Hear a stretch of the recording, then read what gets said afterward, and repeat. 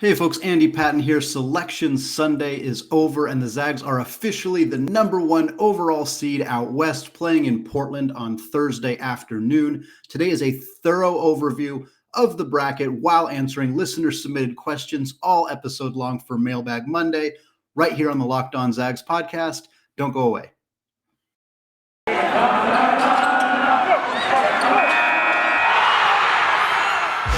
You are Locked On Zags, your daily podcast on the Gonzaga Bulldogs. Part of the Locked On Podcast Network. Your team every day.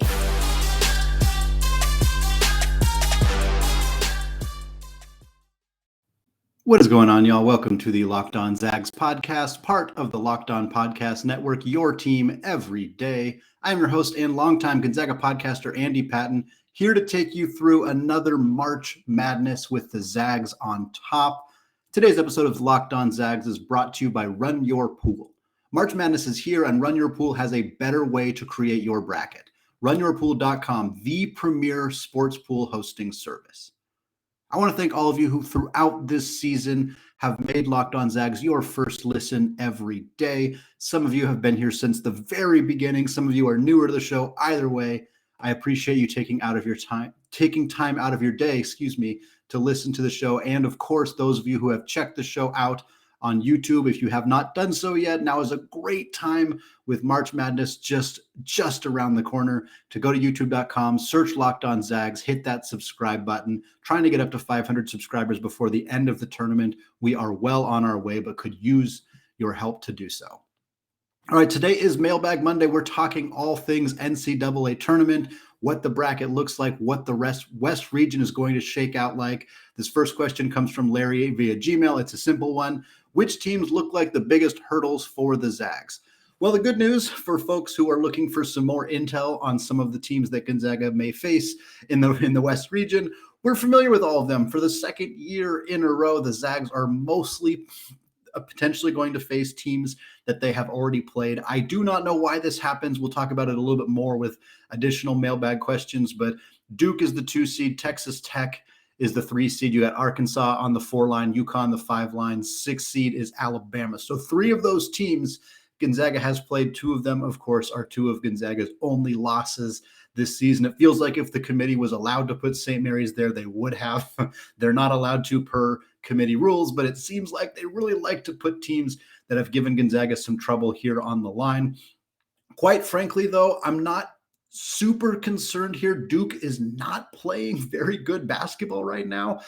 I think matchup-wise, Duke is the toughest team here because if anybody who listened to my episode on Friday with Tristan Freeman of Busting Brackets, outstanding guest. He was fantastic. Definitely check it out if you haven't yet. One of the things he talked about was big physical bigs being a problem for Gonzaga. And certainly Mark Williams proved that to be the case the last time that they played Duke. So if they play Duke, Mark Williams is there. Paolo Banchero obviously is a matchup nightmare for anybody who faces him. That Duke team did not have AJ Griffin. He is healthy now and is playing incredible basketball. But this team has also been struggling.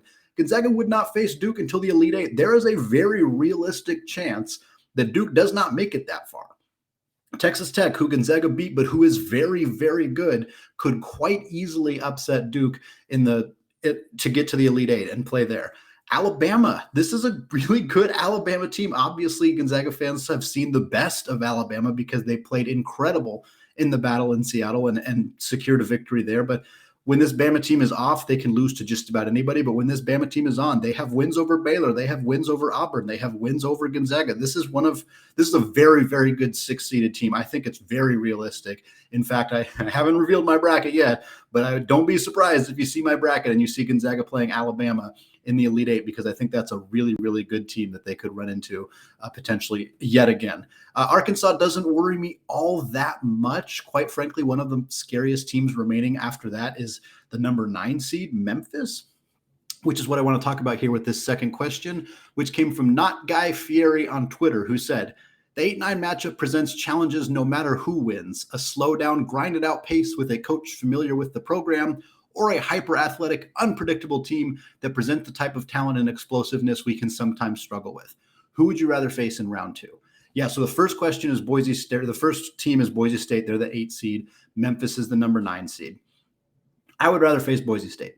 I think, first of all, the narrative story of facing Leon Rice, a former Gonzaga coach, getting an opportunity to go up against him, where unfortunately we're not able to face Long Beach State, which would have put 4 former Gonzaga coaches into the NCAA tournament. Dan Monson's Long Beach State squad got upset by Cal State Fullerton and did not make the NCAA tournament, but Boise State is here. The Zags have a very good chance to play them.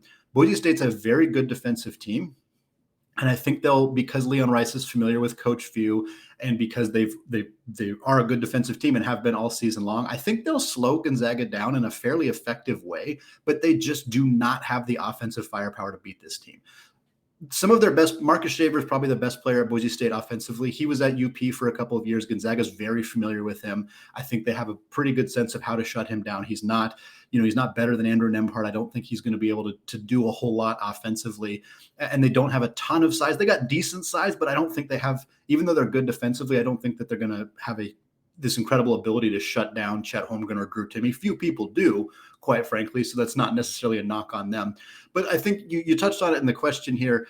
Explosiveness and unpredictability are the two things for Memphis. Penny Hardaway's team is really hard to pin down.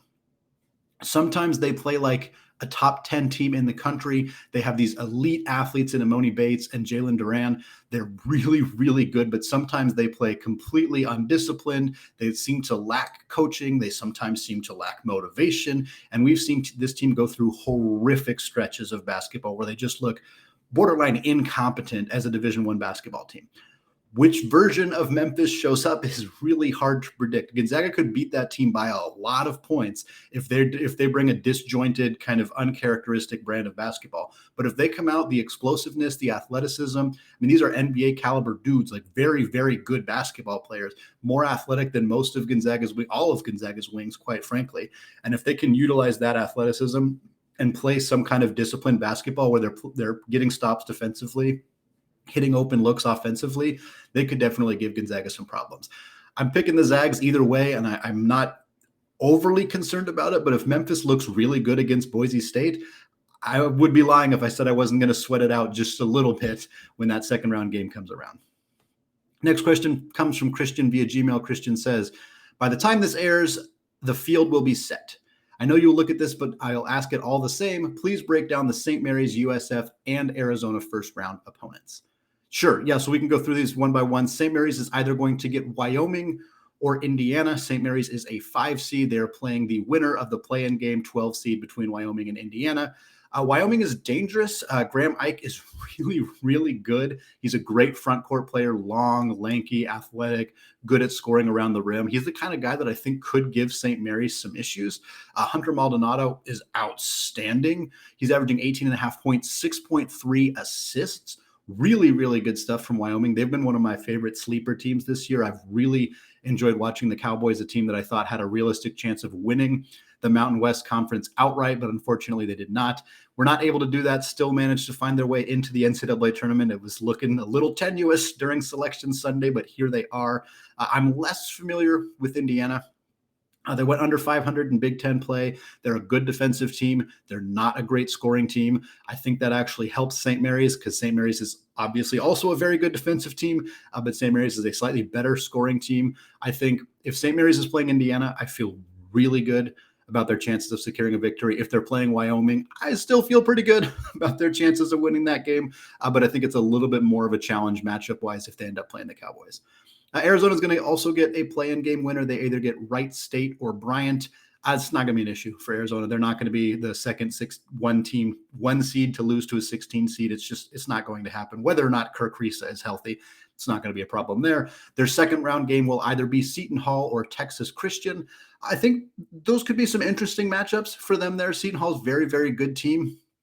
Missing Bryce Aiken, injured guard for them, is a significant loss. TCU has been playing a lot better lately. It's also a team that got blown out by Santa Clara earlier in the season, which tells you a little bit about how far they have progressed, but also a lot about how good Santa Clara actually is.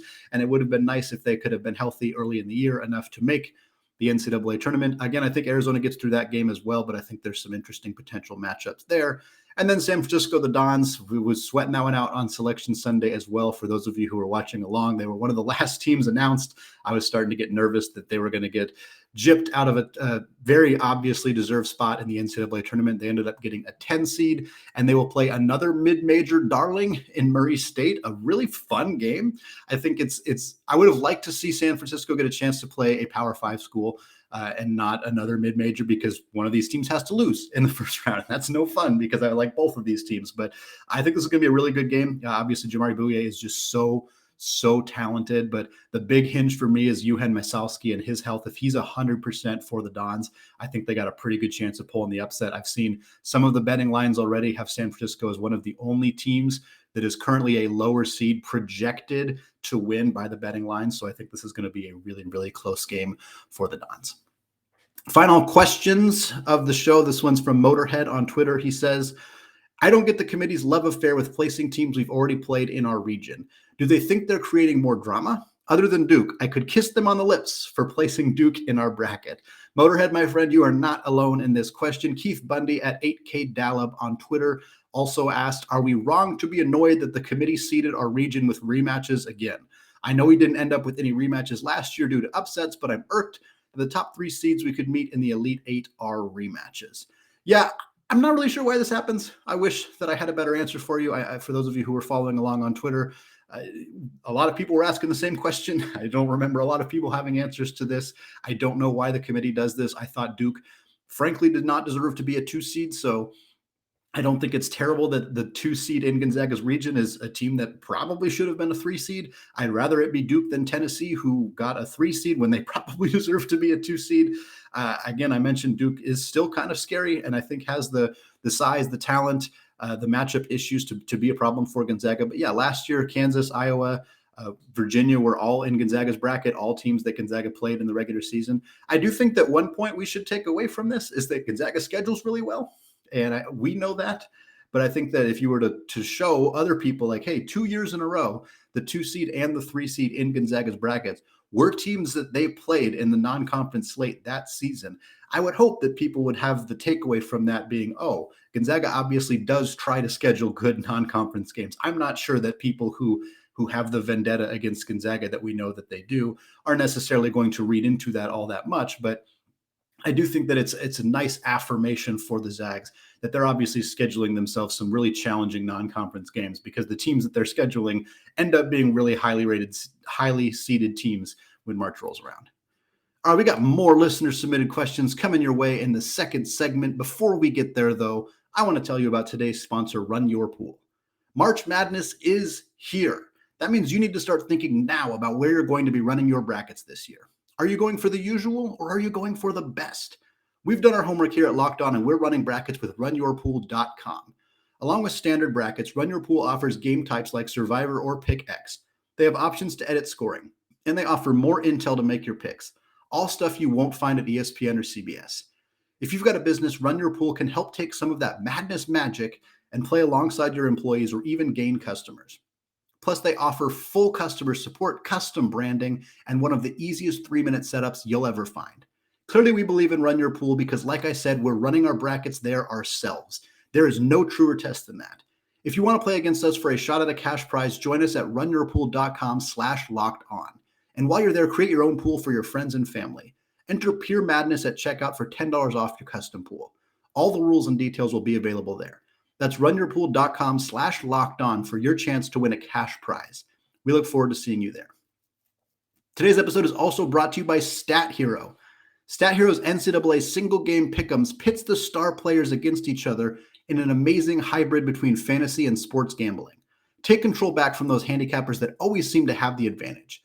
Start focusing on the players you know best with a gameplay that doesn't rely on big spreads, long odds, or funky props. Stat Hero gives you the advantage, resulting in their gamers winning 4 times more often. Why? Because Stat Hero eliminates the mystery about who or what you are going up against. Instead, Stat Hero is the easiest and fastest way to get your sports action fix. The simple, sleek gameplay will have you playing in minutes. This is what daily fantasy was meant to be. Sign up for free right now at stathero.com/lockedon and use promo code LOCKEDON for a 100% deposit match. That's stathero.com/lockedon. promo code Locked On for a 100% match. All right, segment 2, still Andy Patton, still Locked On Zags. Still want to thank you all for making Locked On Zags your first listen every day. And I want to remind you to make sure to check out the Locked On Bracket Breakdown coming out today, March 14th, right here on the Locked On Zags podcast feed and YouTube channel. College basketball expert Chris Gordy, myself, and betting expert Lee Sterling are all going to get together, give you in-depth breakdowns on every matchup in the NCAA tournament. All right, more questions to answer here in segment 2. This first one comes from Christian via Gmail. Christian says, unlike last year where the Baylor-Gonzaga matchup seemed to be the highly anticipated championship game, this year seems very different. Do you think the big dance will unfold in a similar way to the regular season and conference tournaments, or will the Elite Eight and Final Four be largely 1 and 2 seeds? So I think we're going to see more parity this year, but it's the top seeds are still very good. Like I don't think that we're going to see there's not as a clear 1 and 2 the way that Gonzaga and Baylor were. But I think the top 8, 12 teams are all pretty good, and it's hard for me to imagine a lot of them getting seriously upset. I think we're probably going to see a Final Four that's generally top 10-ish teams. Like I have a hard time not seeing Auburn or Kansas come out of that, or excuse me, Auburn or Kentucky come out of that side of the bracket. Arizona is probably going to come out of that side of the bracket. Obviously, we're hoping that Gonzaga is going to come out of their side of the bracket. If it's not Gonzaga, I would expect that it's probably going to be Duke or Texas Tech on that side of the bracket. So I don't think that we're going to see a Final Four with like a 4 seed, a 6 seed, and an 11 seed. Like I don't think that it's going to be that level of parity. It rarely is, and to begin with anyway. But I don't think it's going to be that crazy. But it's not as clear cut. Last year, everybody and their mother thought it was going to be Gonzaga and Baylor in the championship game, and it turned out they were all right. This year, it's probably not going to be that cut and dry. A lot of people have Gonzaga, Arizona. It would be really fun if all those people were right. A little bit nerve-wracking for us Gonzaga fans to have to deal with that experience with the Mark Few versus Tommy Lloyd matchup. But I do think that there's a lot of good middle-ish teams like Alabama, who I mentioned, a team like Colorado State, who I think could make a very deep run as a 6 seed. St. Mary's is capable of making the run as a 5 seed, Tennessee as a 3 seed. And I think there's some vulnerable 1 or 2 seed teams, but I don't think it's going to be super parity filled either. It's just not going to quite be chalk. Next question comes from Jake at Jake_45_ on Twitter, who says, there hasn't been 2 Catholic schools in the championship game since Villanova and Georgetown squared off in 1985. Do you think we'll see 2 Catholic schools in the championship game sooner rather than later? Well, there's a decent chance this year. Villanova is a 2 seed on the other side of the bracket, so they could make a deep run, end up playing against Gonzaga, as a Gonzaga-Villanova bracket is, I think, one that we'll see quite a few people fill out this year. That would be extremely fun. I also would very much like that as a Gonzaga fan, because I think the Zags match up very well with Villanova. I'm not a believer that Nova's got it in them to make a deep enough run to be in the national championship game. They would have to beat Arizona and one of Auburn or Kentucky, and I just don't think that that's going to happen. The Big East is obviously improving, and I think as the Big East gets better, teams like Villanova is always a contender for something like this. I think you're going to continue to see, I don't know that Providence is a super real contender, even though they're number 4 seed this year. UConn's a 5 seed. I think there's a chance that we'll see some more of the Big East schools, and obviously some of the Catholic schools make some runs here, but it's going to be rare. This is still a Power 5 dominated sport, as much as Gonzaga has pushed them in that regard, as much as Villanova has pushed them in that regard. It's still a Power 5 dominated school, and it's really, really tough. Obviously, 1985 is a long time ago. It's pretty tough for this to happen. Hopefully it happens sooner rather than later, because it would mean that some smaller schools are making deep runs, and that's always fun. Next question, final one of the segment, comes from Larry via Gmail. Larry says, you mentioned Chet was frustrated in the St. Mary's game. The lack of production looked very much like tired to me. He had no spring in his step. He didn't seem to have his legs under him. He was shooting poorly. He even looked average on his shot blocking attempts. All signs of a long season catching up to a freshman. Do you see that in him? And if so, can he recover and get his energy level back up to where it's going to be needed in the games ahead? Yes and yes. It's the simple answer to that question. I think you're absolutely right that there was some fatigue going on. The conference tournaments are tiring. Yes, Gonzaga did not have to go through a gauntlet the way that lower seeded teams had to do. They only had to play 2 games, much, much easier. But those were 2 really tiring games. San Francisco wore them down pretty good. In St. Mary's, they played them twice in an 11-day span. That is a tough team to go up against. They are relentless defensively. Matthias Toss is a big, strong, muscular dude who pushed Chet Holmgren around a lot in both of these games. And yeah, college basketball seasons are longer and harder than high school seasons. I think Chet Holmgren was tired. I think he was frustrated because he wasn't playing well, and I think he wasn't playing well because he was tired. Having said that, he's had a very long break. I don't think that he's in very good shape. He's an extremely hardworking kid. I don't think that this fatigue is going to carry over in a way that's going to be so detrimental to his ability to contribute once the tournament gets rolling. I think there's going to be such an amount of energy, of hype, of just fight or flight mentality going on in your brain that I don't think that he's going to even notice the fatigue. I think there's a chance that, the fourth game of the tournament, when obviously like the Gonzaga UCLA game, everybody was gassed in that game because it was just such an exhausting game. And then they came out flat against Baylor. I'm not blaming the UCLA game for why they lost to Baylor. They got outcoached and just outplayed against Baylor, but fatigue probably played a small factor. And those are the kind of things that Gonzaga is going to need to find ways to prevent that. Depth. This is why depth is so important. This is why the talks about Anton Watson emerging and playing better the last few games of the regular season are critical, because Gonzaga is going to need him in the NCAA tournament to spell guys like Drew Timme, to spell guys like Chet Holmgren, to give them a little bit of a break so that they don't have to be at their absolute max in the final game of the regular season. All right. 2 segments down. Coming up, we're going to answer even more listener-submitted questions in the final segment of the show. Before we get there, though, I want to tell you all about BetOnline. There might be less football being played, but BetOnline.net has way more stuff to bet on this playoff season. From scores, totals, and player performance props to where the next fired coach is going to land, BetOnline is the #1 spot for all things NFL betting in 2022. And it's not just football. BetOnline.net's basketball, hockey, boxing, and UFC odds coverage is the best in the business. From sports right down to your favorite Vegas casino games, BetOnline is your #1 online wagering destination. BetOnline is the fastest and easiest way to wager on all of your favorite sports and play your favorite games. All right, segment 3, still Andy Patton, still Locked On Zags, still answering listener-submitted questions for Mailbag Monday. This first question comes from Christian. Christian says, please break down the Lady Zags' first-round opponent. Happily. The Lady Zags got a fairly rough draw. They are a 9 seed, and they're playing 8-seeded Nebraska in the first round in Louisville. If they win against Nebraska, they will play the #1 seed, Louisville. That is a bummer. We've seen this happen before on the women's side, where they put teams geographically in spots that make sense. There's less concern about the fairness of it all. I suppose Gonzaga has made numerous runs while they played as an 11 seed in Spokane, which I imagine the other teams were not super thrilled to be a 6 seed playing an 11 seed in the 11 seed's home arena. I can imagine that probably didn't go over particularly well. That is going to be the case here, at least for Gonzaga. If you're a 9 seed and you're the lowest seed out of the teams there, you don't have a whole lot of an argument there necessarily. Even to get to Louisville, they're going to have to get through Nebraska. Nebraska is a good team. They finished 6th in the Big Ten. They had an overall record of 24-8. Their superstar player is Jazz Shelley. Shelley is averaging 13 points, 6.5 rebounds, 5 assists, and 2 steals per game. I don't think there are a lot of people out there who play college women's basketball, fantasy basketball, but if you do, somebody who averages 13, 6.5, 5, and 2 is probably going to be pretty dang high on your list. She is stuffing the stat sheet in an incredible way. She's going to be a big problem for the Zags. Obviously, Gonzaga is going to rely heavily on the Trong twins as well as Melody Kempton, who's been playing fantastic ball as of late. It's going to be a good matchup. I think it's going to be a lot of Nebraska fans out there.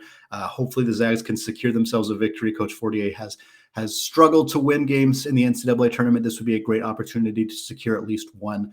I'm not holding my breath for an upset win over Louisville. That would be a tremendous program-altering accomplishment for this team if they were able to do so, but I will settle quite happily for this team winning the WCC tournament, getting themselves a 9 seed, securing a first-round victory at the NCAA tournament. That is a monstrously good season for Coach Fortier, so hopefully that will be the case when that game rolls around. Next question comes from Chuck via Gmail. Chuck says, I noticed there was an open scholarship to begin the season, so I wondered, is it common for a top-tier program to have open scholarships? Is it because they couldn't get a transfer to come in, or because they thought it would be better to have an extra slot for next year? And would they ever remove a scholarship from a player like Arlauskas because he did not turn out as expected? So open scholarships is not super rare at all. It could be because they're hoping to see if somebody else will come onto campus. In this case specifically, they used it to award it to a walk-on partway through the year. This was used for Matthew Lang. Matthew Lang was given a scholarship partway through the season, so he did not have to pay for the second half of the year. This is something Gonzaga has done numerous times before. Mike Hart was awarded a walk-on, or was awarded a scholarship. David Stockton was awarded a scholarship. Matthew Lang, this is now the second time that he has been awarded a scholarship. So this is pretty common. I don't know that there's a specific reason they do it other than they don't have somebody specifically for that spot. So they leave it open and then they give it to somebody who is on the team but not on scholarship. In terms of removing a player from scholarship, there's not a chance in hell that they would ever do that. I think it would send a horrific message to the player, to the rest of the players on the team, and beyond that, any other recruits. If Gonzaga were to remove Martinez Orlauskas from scholarship, your international recruiting would plummet. Because players, who know Martinez Orlauskas, who are friends with Martinez Orlauskas, or just who communicate with the coaching staff would know that they did that, would know that this kid got hung out to dry and was basically forced to transfer, forced to head back home because he couldn't pay for school. This would be a terrible idea. I'm not sure if schools are even allowed to do it, barring obviously a violation of this team's policies. If somebody on the team were to break rules in a significant way, do something that damaged the reputation of the Gonzaga basketball program, then yeah, they would remove them from scholarship like that. But simply for performance-based stuff, it would be a very, very bad precedent for Gonzaga or any school to set to take players off of scholarship simply for performance-based reasons.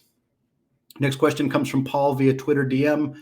Paul says, "We college basketball junkies get overexposed to the same batch of talking heads, particularly on television during March Madness. Some are more entertaining than others. Others are purely contrarian. Based on any objective analysis or personal opinion, who among them have better predictive ability and who are best ignored?" So I gotta be honest, I don't pay that much attention to this. I know who all the talking heads are, and I know their kind of general thoughts on Gonzaga, and some of them are you can tell are haters of Gonzaga. Some of them are much more proponents of the program. That's something I'm generally pretty aware of. In terms of how good they are at predicting what's going to happen, I really don't pay a lot of attention to that. I'll give thoughts on a few guys. Seth Davis is kind of a blowhard. I think that's the mentality that he cultivates. That's who he attempts to be on Twitter. He's also pretty smart, and he seems to like the Zags a lot, so I don't really mind him all that much. Seth Greenberg is not a guy I like all that much. He seems to be an anti-Gonzaga guy. He always talks about how teams with athleticism will beat them and challenges the WCC, and has seemed to not move off of that opinion for the last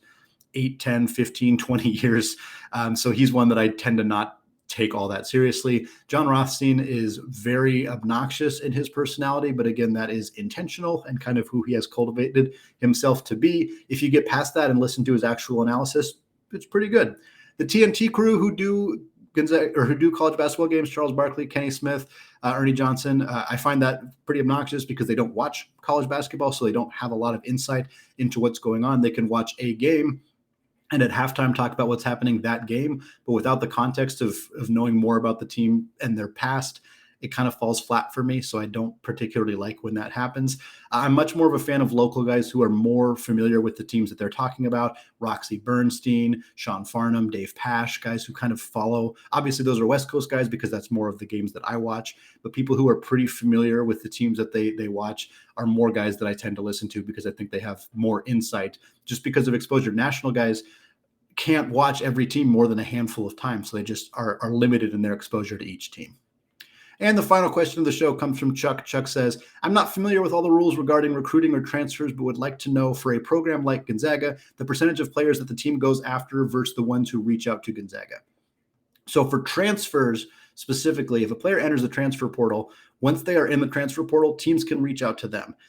That's kind of how it works. So Gonzaga casts a wide net. They reach out to a large group of players. The amount of players that they reach out to who they don't actually offer a spot on the team is probably huge. I think Gonzaga talks to a bunch of dudes. we hear rumors all the time of like, oh, Gonzaga reached out to so-and-so. I know they just reached out to a UNLV grad transfer that I would be fairly surprised if they offer him a spot on next year's roster, but it does not hurt to reach out to get a sense of, how healthy the kid is, where he's at, whether he would take a reduced role, all of those things. So I think Gonzaga ends up making contact with a lot of players on the transfer portal, but doesn't actually bring a lot of them in. I don't think players reach out to Gonzaga. That's just not how it worked on the transfer portal. With recruiting, it's pretty similar. Ben Gregg was a good example of this. Ben Gregg wanted to go to Gonzaga forever. He's made this very clear. He grew up a Gonzaga fan. There's pictures of him on Twitter, like as a 6-year-old kid going to Gonzaga games. And Gonzaga did not offer him until Paolo Banchero committed to Duke. And then they turned around and offered Ben Gregg a scholarship, and he pretty much accepted, not immediately, but very soon afterwards. He may have been attempting to reach out to Gonzaga. He may have made some contact with them, but that process kind of works. It only really goes one direction. You wait for the school to reach out to you, they show interest in you, and then you kind of go from there. That's my understanding of it. Obviously, we're never going to get a full 100% picture of everything that's going on behind the scenes, but I generally assume that the teams do the most of the initial reaching out for both recruiting and transfers.